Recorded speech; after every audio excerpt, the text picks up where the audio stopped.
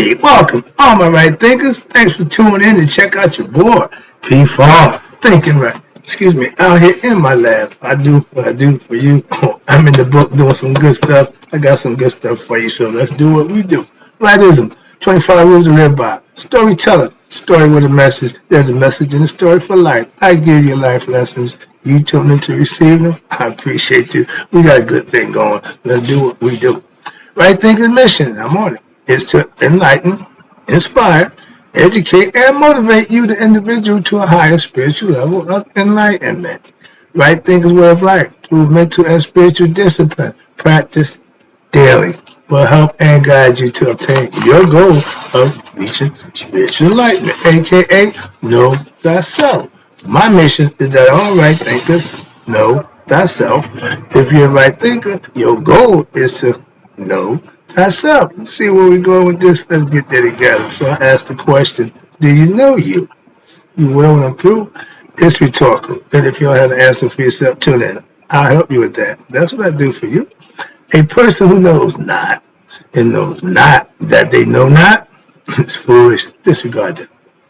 A person who knows not and knows that they know not is simple, so you can teach them. That's why I do what I do. For you, I appreciate you too. Stay tuned. I got more for you. A person who knows not but believe and think that they know, dangerous. Avoid them. I do. Person who knows and knows not that they know is spiritually asleep. I can awaken them. That's what I do for you. I'm the spiritual alarm clock here to wake you up with knowledge of self. A person who knows and knows that they know is wise. Follow them. All these persons reside in you. Right thinkers know thyself. And to Maya, be true. You hear me speak about Neterianism, right? I know your theology. So the question is, who was the founder of Neterianism? And what is the lineage of the Neterian teaching? Where did it start from? Who created it? And all that good stuff. So this lesson, I'm going to try to answer those questions for you. How about that? For all those who are inquisitive to know. So all the others, this ain't where you might want to be for now. I got you. Let's go. Here's the picture. I like to show the pictures when I can so you get a better understanding. See the guy right here? This is Lord Kepri. When you see the man with the scarab head, that's him without the scarab head. That's the scarab up there. That's the sun just with the Uranus. But he's the Lord Kepri. Okay? He's the founder of what we call Neterianism. See up here, I'm going to read this part and I start reading it. This is where he comes from. Laying on the back of a 5-headed serpent. I'm going to break that down for you. You see the scarab up there on his head.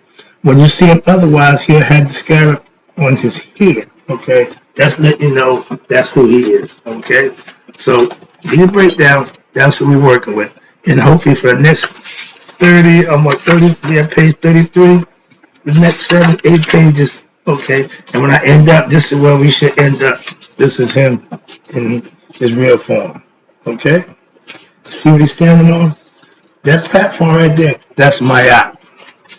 Every picture I show you of the gods, they all stand on Maya. Okay? Little something, pay attention to. And our ancients, they wrote in messages. They put the message in the hieroglyphs. So that's what this is all about. Oh, yeah. Okay, who was the founder? I just show you 2 pictures. Let's talk about the first one. Now, one of the most important questions in life for a follower of any religion or specific concept, philosophical concept, who started it? That's what my first question. And the next important question is, what is the lineage, where he come from, of the spiritual teachings? That is, how was it transmitted down through history, folklore? The Egyptians were the documentary of our ancient history. Why? It was passed down through folklore, spoken. It was talked about. We put it into writing. We wasn't the first. We wasn't the original. We were the last. And even the last of our people still better than anything that come along since us. In order to understand our found Neterianism, the teachings of what we call Neterianism, that's what I've been following for the last 20 some odd years, we must also understand the origins of creation. That's where everything starts. And it's just a concept. We have a mythological story that we tell to teach. Nobody was there, so nobody can say for sure. So understand that this is theology again, theories, concepts, philosophies. But in the sacred scripture of Shita Netta, we are told that creation is a cycle. Everything goes around. Okay, 360, bam. That is that creation occurs cyclically. It's going to go around. It's continuing. We in the age of Aquarius. Every astrological sign gets 2,600 years.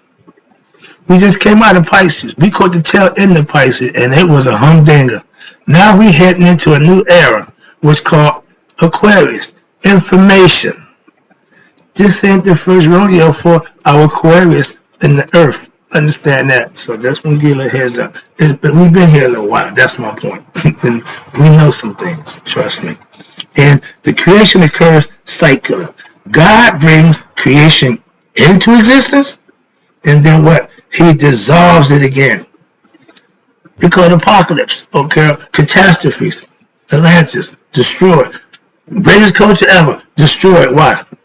Catastrophic calamity, apocalypse, whatever. Okay, by God's hands. Man, no, the prophecy says that we will destroy ourselves, not with the flood, not with fire, no, but with technology. And we're racing toward that nonsense. I hope I won't be around when that happens, because it's going to happen. I just hope it would be after I'm gone. I'll be looking down and say, boy, I knew it. All right, get back to his lesson. This is the philosophy that I practice, and I'm serious about this. Let's talk about it. I just showed you a picture of the guy laying down. That's called the sun god of night, surrounded by a 5-headed serpent, and they call it of many faces. On his head is a beetle, which I just showed you, scarab, Capria. The rising sun, and that's what represents the sunrise every morning in the following day. He represents the new birth, new dawn. The current cycle of creation began around year, you ready? 36,000 BCE. 36,000 BCE. In the beginning, there was nothing more than what they call a watery mass. Y'all call it the abyss. We call it the primeval ocean. And also, we named it the noon. Okay? Noon is the body of Capria. Prior to what? Creation. Meaning it was there all the time. It just needed to have something go. And Capria remained in a what? Recumbent position, meaning flat out his back, laid out. He rested on his back. And he rested on the back of the great serpent, Asha Haru, meaning the serpent of many faces, 5 heads, meaning the 5 senses. And from that noon, what happened? The divine spirit arose by what? Stimulating the Ashara Hara to what? Move and churn the ocean. Uh-oh, something about to happen. Then he named himself Kepri, creator. Kepri called out his own name, like Ptah did. He called his own name, and vibrations were infused in the ocean, and the waves varied, formed. Just as there are many waves in the ocean and many shapes and sizes, the objects of the world came into existence in the form of elements. Ready? Let there be the sunlight represents fire. Take a deep breath.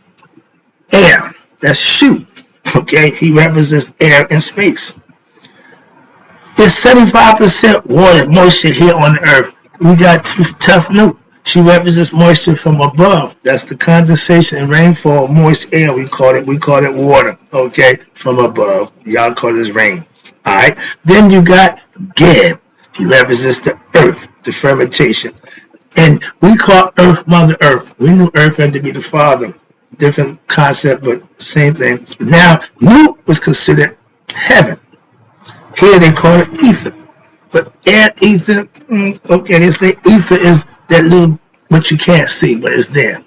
Understand it? No problem. So everything in creation emanates from the noon. Again, the one God that everything comes from, or what they call the primordial ocean. This is a myth. This is the concept. Follow along with me now. Don't just listen. Follow along. And expresses in the forms of elements first. We just gave the first five. Okay, earth, wind, and fire. Remember them? Succeeding levels of what denseness. And these elements, they call it fall from what? Spirit to matter.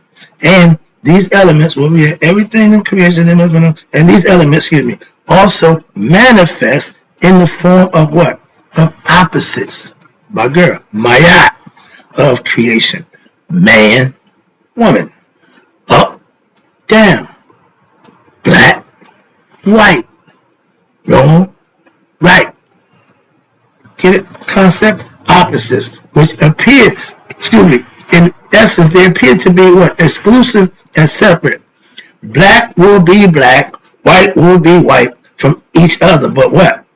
Which are in reality complements to each other. You can't have one without the other. So they need each other. Yin can't yin, yang can't yang. They need each other to yin and yang. Get the concept? Okay, that's, again, duality. I'm like my man on Abbott Costello, who's on first.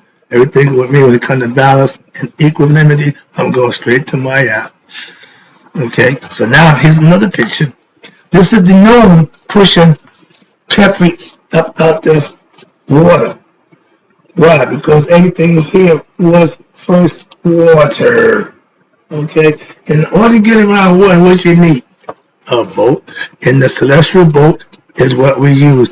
And I just showed you a picture. I showed it to you. I've got a few pictures here. This is the picture of the moon. This is the moon. He's pushing up the boat. That's Kepri right there. That's the sun disk. Okay? And you see what's on here? God and goddesses. Okay? His boys. You hear any noise?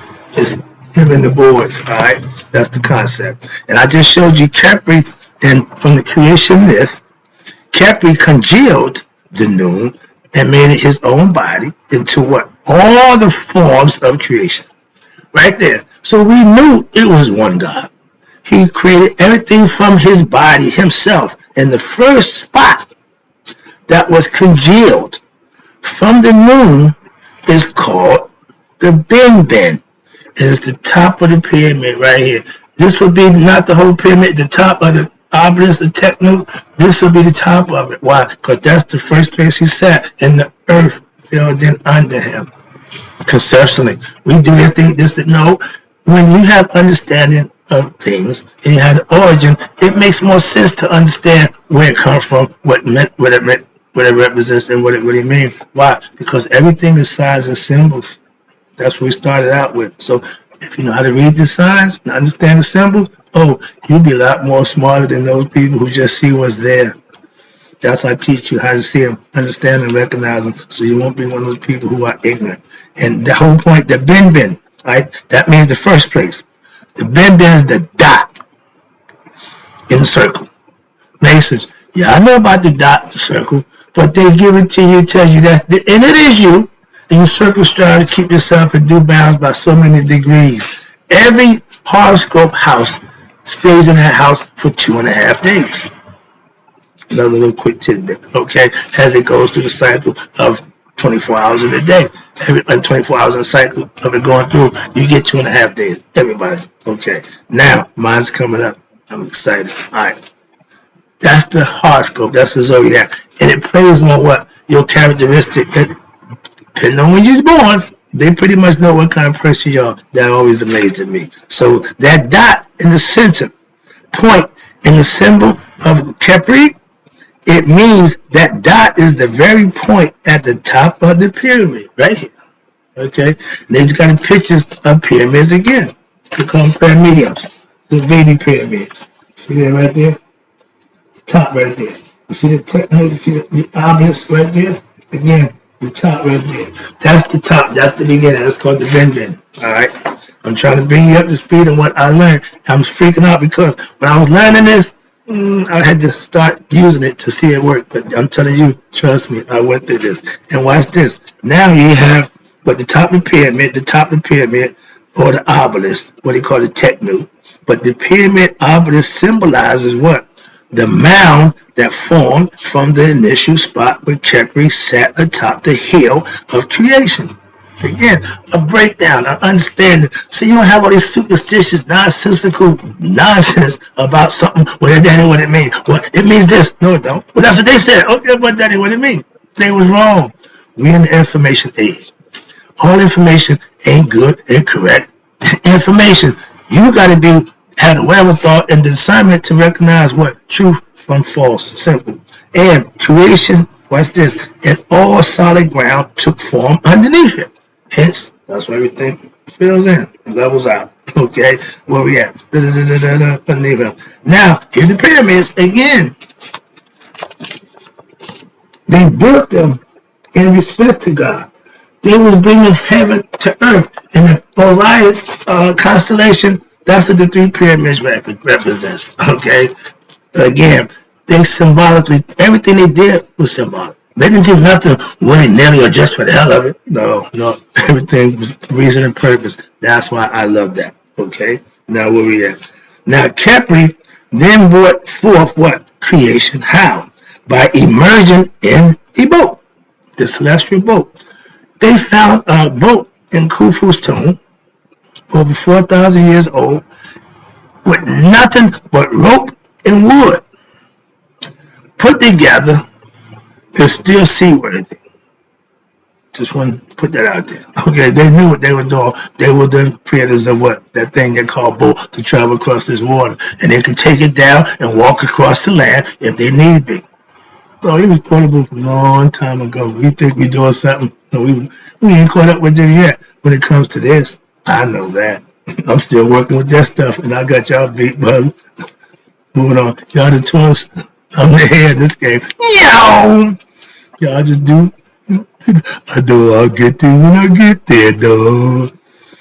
Moving on. Just having some fun with you. But watch this. Now, he brought 9 divinities with him on the boat. Eating it. Lesser gods and goddesses, male and female it was, what? To help him what? Sustain the creation and lead what? Human beings, spiritual beings, to have a human experience on the what? The righteous path to what? Life and a spiritual, and end up with spiritual enlightenment so the spirit can go back to his maker when the physical body no longer serves the purpose. But if that don't happen, you just keep changing clothes. Bodies like to change the clothes for the spirit. Right now, I got on my grain. Tomorrow, I have something else on. And the spirit does just that with the human body. Conceptually, I'll make that point clear. All right, here we go. Another picture. Let the picture time. Yeah, I'm big on pictures. I like to get a visual. That's the boat, the celestial boat. And you look on there, everybody got different headdress. And remember, when you understand the gods, you understand them by their headdress. And I will give a test. My test will consist of the gods. You have to put the headdress to match the god. Simple. When you do that, you have understanding. You can concentration. You put this right there. This goes there. Yeah, all the things that you use to keep the mind active. To use it for what it's meant for. To solve, to understand, to enhance it. Now, having created creation, he, God himself, Khepri, now what? Sails the ocean, which has now become what? Creation itself, the world, with his what? Divinities, on the divine boat, Khepri Ra, and what? The Pautes we know as the company of gods and goddesses, travel in the boat of what? Millions of years. That means it's going to, yeah, cycle, okay, it's going to go out for a while, which transverse the heavens, and thereby sustains creation through what? The wink of the boat that sends what? Ripples, breaking vibration, energy, frequency, and vibration throughout what? Creation, meaning the physical world. Now, this is the tree of life concept. Another picture. I've been showing you this for a while now, okay? At the top, you see Ra, right? At the bottom, you see that's Haru Earth. That's you once you conquer yourself in the flesh. How about that? I'm going to take you right there. I'm going to tie up a whole bunch of jibber jabber. But you see the lines going across. The first two at the top, Ra gave birth to Shu and Tafnut. They gave birth to Geb and Nut. Nut gave birth to Asar, Set, Netet and you, Haru Earth, but that's you and the final self. And you see the line from Ra and Haru is straight up and down there. There's a whole bunch of stuff in between that you got to get to be your master on self of self. That's the goal for all right thinking, all Shutat Netta followers. Help me get there quick. Here we go. See me wrap this up. I see the clock. Let me get this out the way. I showed you that so I can let you know the act of sailing signifies what? Motion. Where? In creation. And motion implies that events occur in what? The realm of now, time and space, which relative to each other.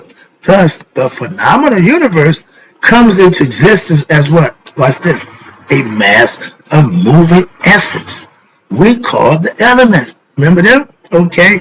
Now, prior to this motion, there was the primeval state of being without any form or without existence in what? Time and space. Now, when we brought light, Ra into existence, things started to change. Now, the gods and goddesses of the boat from the court of Capri Ra, as Ra, the supreme being, governed the earth for many years. Okay, yeah, he on earth, symbolically, metaphorically, philosophically, how you want to use it, but he did his job for many years, and what happened?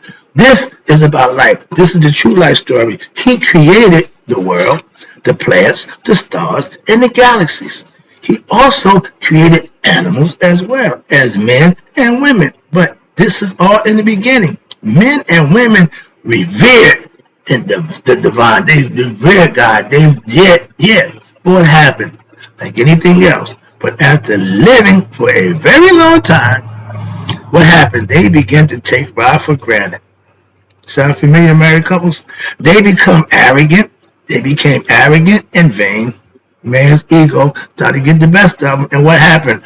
Ra sent his daughter. Remember the story about Hathor? Came down and to take care of all the unrighteous. And she came here and got lost in herself. She came here to punish them, the unrighteous. But then she forgot her way and she became what? Part of the unrighteous, lost in the world. Then he left for his abode, meaning he left earth, got on the back of the serpent, and went on up to the humble. That's where I get that heaven. God is up in heaven. We know that he left here to go and rest, and those who can make it back to him will be worthy. That's why he separated himself from man. Conceptually, remember, this is all mythological. I'm trying to get you to understand the concept in the philosophy. His abode in heaven. And what? He gave the earthly throne to his son. First in command was Shu, air. And his daughter, Tefnut, water, moisture. After a long period of time, they, in turn, turned it over the throne to their children. You see the family going on here? You got Gab and Nut. Now, after some time again, what happened? Gab and Nut gave the throne to their children. Here we come. You got Asar, y'all know him as Osiris, and you got Aset, y'all know it as Isis, thanks to the Greeks. And I'm telling you that Asar and Aset. And so on in this line of succession throughout history. Now, down to what? The pharaohs of Kemet. They worked their way right down to show you and break it down for you. I'm going to stop right there. I hope you can understand it. The good part is about to come, so stay tuned. I got more for you. And in closing, right thinkers, may you all live to be 100. Maybe 100 minus a day. So I never know my right thinkers who know themselves who's passed away. I'll be back.